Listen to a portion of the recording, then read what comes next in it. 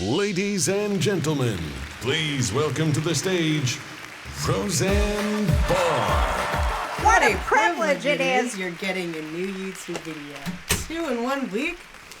Hi friends, welcome back to my YouTube channel. I was scrolling through TikTok and I found this one by Kat Maboo talking about Roseanne Barr's new comedy special on Fox. I must have missed the commercial during the Super Bowl, but apparently Fox was really pushing this new comedy special on its streaming service, Fox Nation. Douche Nation. The special canceled this.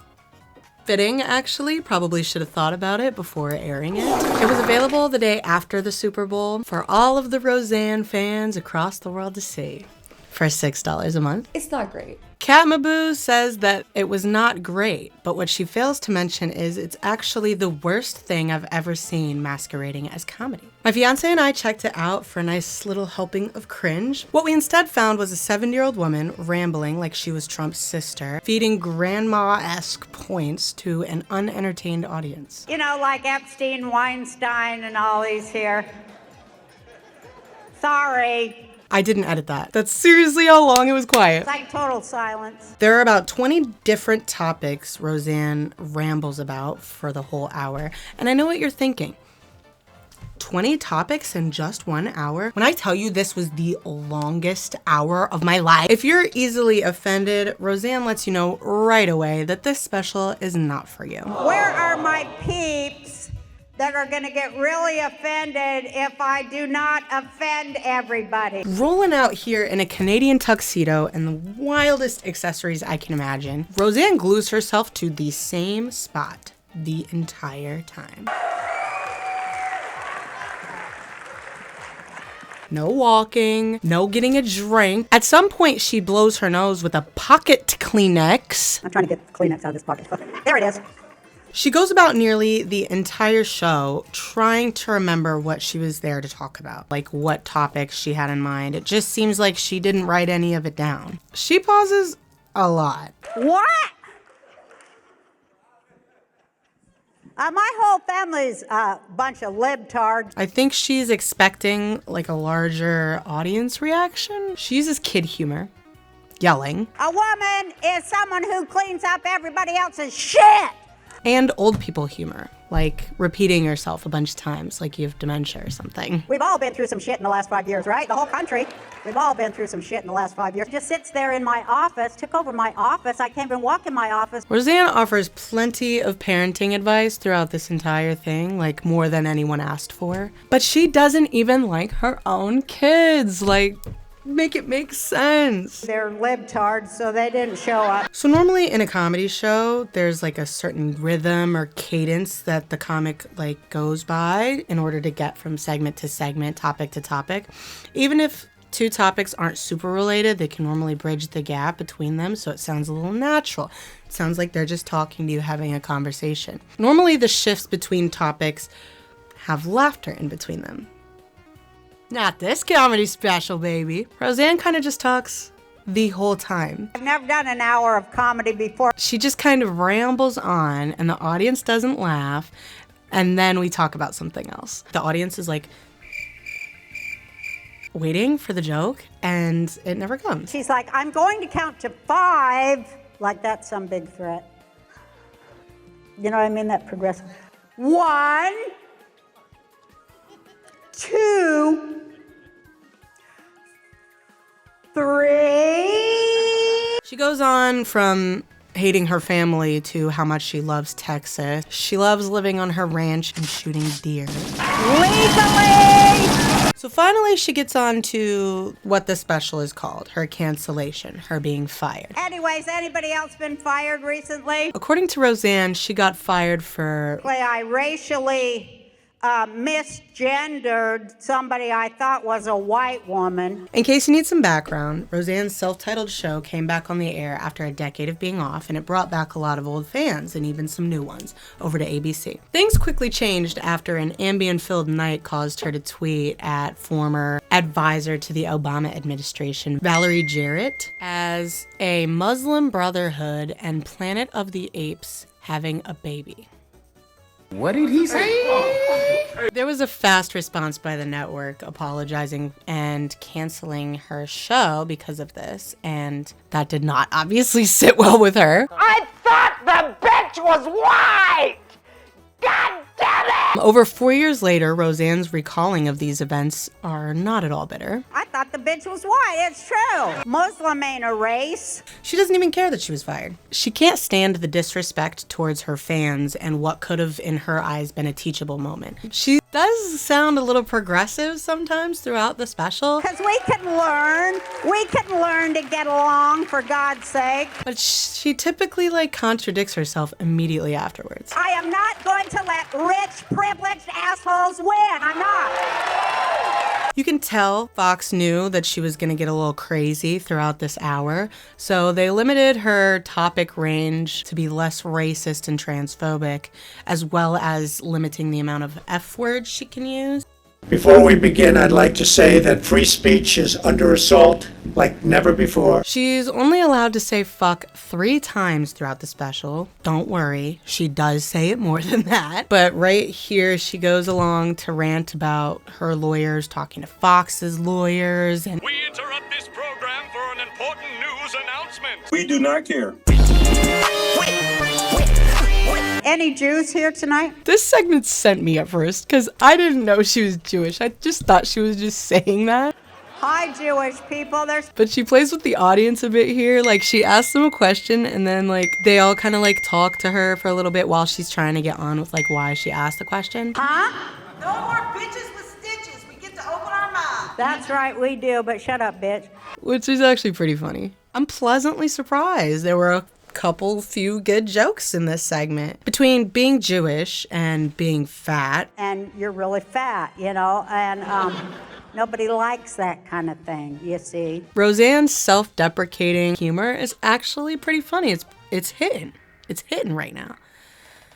Unfortunately, it's one of the only hits in the special. Roseanne's delivery can only be described as, I had an idea, but instead of writing it down, I'm just going to try to remember. I don't know what I'm talking about. Oh, yeah. The woman remembers her American dream finally coming true. She has her own show. She found a man, something her mom told her she was too fat to do anyway. My mother and father were very concerned that I would never find a husband because I was fat. After which she followed up with her love of weed, which was one of the main points in her presidential campaign. Did you know this bitch ran for president? She got 6. A lot of her transitions are, anyway. Well, Anyway, she then confesses to hitting someone else's car in the parking lot after taking a few shots to relax to go grocery shopping. I had a couple shots before I came to the store. She then fights this lady in what I have to assume is an anecdotal story because I cannot find any trace of this interaction online. But the lady claims she hit her fender, and Roseanne is convinced that her Tesla Tesla is my Tesla. This is a Tesla. would have warned her, and she actually, in fact, did not hit the lady. And both I am an actress. when the lady accuses her of drinking and driving, something she is actually doing. Then she moves in for the kill. I think you're driving around drunk, Roseanne. But Roseanne fights to the teeth against this lady, convinced that she could not have hit her car until she gets home and realizes she, in fact, hit her car. When I went in, I noticed the front fender was all smashed in. But she fought against it so hard without even realizing that she had done that. I think this occurs in a lot of people, on the right and the left. A lot of people do this thing where they'll defend something that is wrong and realize that later. But once they realize that it's wrong, they won't come back and apologize or admit or acknowledge that they were wrong. I think that as people, we should do that more often. In that case, she probably should have done that too. In this part of the show, she talks about having to pretend to be nice to people when she sees them on the street or whatever, if they recognize her or something. Ah, God, I'm gonna have to act like I'm nice. I find it very annoying, this way of thinking. Respecting others and their feelings is like something we have to pretend to do rather than just do. I promise misgendering someone, mispronouncing someone's name, or just opposing someone just to be opposing them is not actually funny. Hell yeah! Roseanne took quarantine very seriously. She stayed home, not to spread the virus around. She instead spreads misinformation, but I mean, that's not what we're talking about. Roseanne loved quarantine. She loved being at home, plenty of time to write jokes. Not these ones, obviously. However, she hated being stuck at home with her family. I couldn't run anymore. Not that she was running anyway. Roseanne believed that smoking cigarettes could prevent COVID. And when she stopped smoking cigarettes, she got COVID. That's when I knew everything was bullshit. This is bullshit. Had to do a quick fact check when she claimed that smoking cigarettes helps prevent COVID. Not completely accurate. She returns to the I hate my family running joke of her special by complaining about her sick grandkids coming over and getting their boogery germs all over her. She can't quite find the word for immune system as she did not practice this, as she did not write it down. So she asks the audience to supply her with that word. They're developing their what do you call it? Yeah, their immunity. They're getting their immunities. It's good that they're sick. I just wonder if she had any production team or like writers helping her through this. Like, what is this, improv? At this point of the special, the most Trump-esque conversation ensues as Roseanne asks the audience who was forced to get the vax. She regurgitates Fox and Friends misinformation regarding the COVID vaccine, not being able to get pregnant, and like the blood clot controversy thing that happened. I think the audience had kind of heard it all before because she had to do all the laughing herself.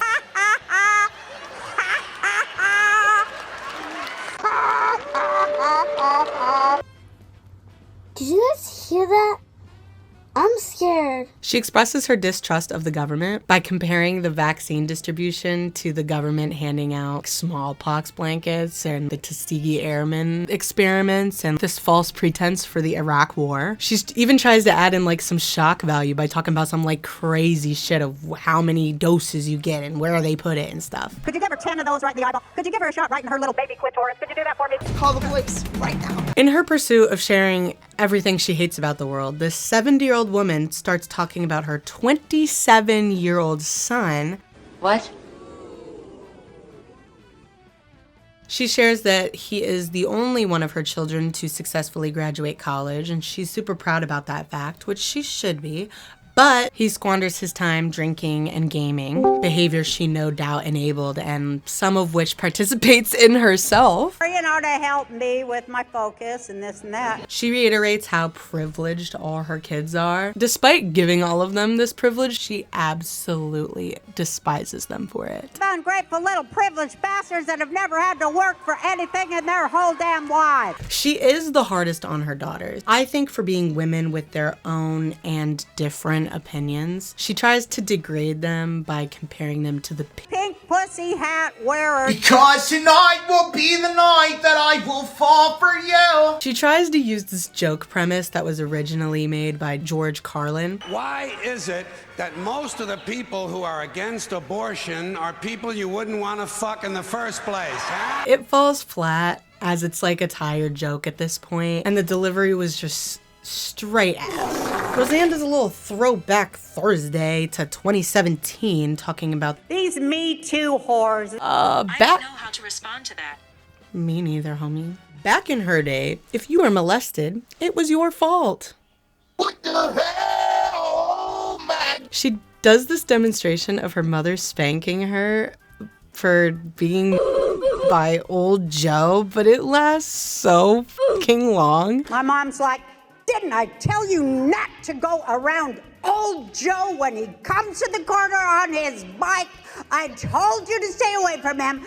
You know what he does to the young girls, and there you are running up there to the corner knowing what he is going to do to you, and then you complain about it. Women also don't know how to parent their kids anymore. Roseanne recalls another imaginary grocery store incident involving this fat ass having Instagram model mother. It really gets me as I'm jealous of anyone who has an ass. It has come down to Roseanne Barr to dole out punishments for your unruly children. 'Cause someone's gotta do it. I'm like, you gotta hit these bitches. Here she brags about her parenting style being superior to gentle parenting or modern day parenting, despite having privileged, ungrateful, never. I feel like there's a surprising amount of potential in this comedy special, but the jokes constantly fall flat. It feels unrehearsed, unrefined, and inconsistent. the entire time. This show comes off so lazy and low effort, especially as a comedian who has been working for so long. Who's older than me? Who's older than 70? There's like 7.5 jokes that land, in my opinion, and there could have been a lot more if she had just practiced. The only thing she seemed to have practiced was the audience and laughter breaks for the audience and laughter breaks that never came. We'll have to see how the community reacts. She might have over-prepared for that part. I defy you to go home and tell your wife or girlfriend that she needs to sit down and shut her yap. I wish someone would have said this to Roseanne before she got up on this stage. Roseanne tells the men in the audience, get a hold of these women, okay? They need to get back in the kitchen. That's where the sandwiches get made.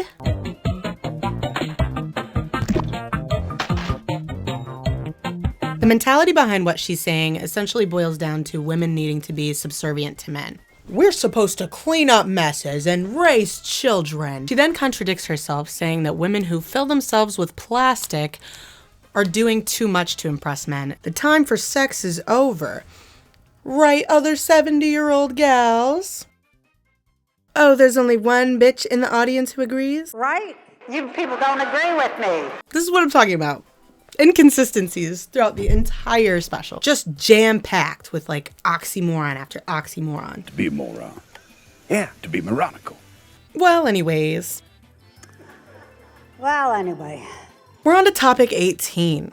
The bucket list. Roseanne modifies the term bucket list in order to meet her quota for the special. She discussed general things she'd like to stop doing. The actions listed out, I know for a fact she didn't do in the first place. She wants to stop caring about things like her older friends' medical issues. I'd say there's about 40 pounds of you that you need to release.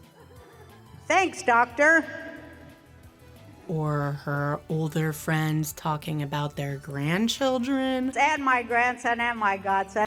And the Jehovah's Witness. Witless. People's feelings. But you gotta take your pants off because it's Satan's birthday. The segment was pretty well received by the audience, I will say. It was all right. It was a little boring for me, but it was over pretty quick. She then jumps into this new talent she's discovered. She's psychic now. Let's go. She allows the audience a little time to think of real questions that they would like psychic ability answers to. It did seem like at least 2 of like the 4 people who got to talk to her were like plants. One asked about if she'll ever get married, and Roseanne like makes up this whole story how she will. You haven't met nobody to marry yet. You've been married once, but you don't know nobody. And what's your timeline? You don't need to have any children or nothing, so you just want companionship. Okay, let's see. I think you will be getting married within the next 6 months. It's going to be a wonderful woman. You're going to really fall madly in love. One asks if Roseanne has a future tour.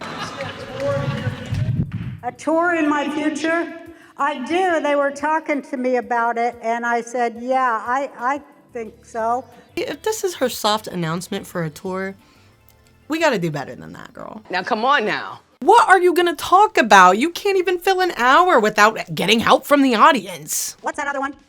Fortnite, Call of Duty, and what's that other one? Grand Theft Auto. One of the funniest things she says comes right after talk about the tour, where she wants to go on tour to spread the love, and she thinks she's very helpful at doing that. My pronouns are kiss my ass. I thought the bitch was white. It's true. Because you look like you're getting long in the tooth. Shut up, bitch. For a second, I thought she was gonna be like really open and honest about taking antidepressants, because earlier in the special, she talks about taking psycho meds all her life. Now, a lot of us are on antidepressants and we're very depressed and this and that. And how that was kind of normal for her. I thought maybe she was gonna have a conversation about that. But it was just this like weird transition into like this overly edgy segment where she reads notes that she's written to people in her lives. She talks about it like that it's like this therapy idea she came up with for herself, so she doesn't need drugs or actual therapy. She just needs this. I'm not gonna lie, it almost works. It's like kind of a little fun concept. It's just not delivered well. She writes to her mom,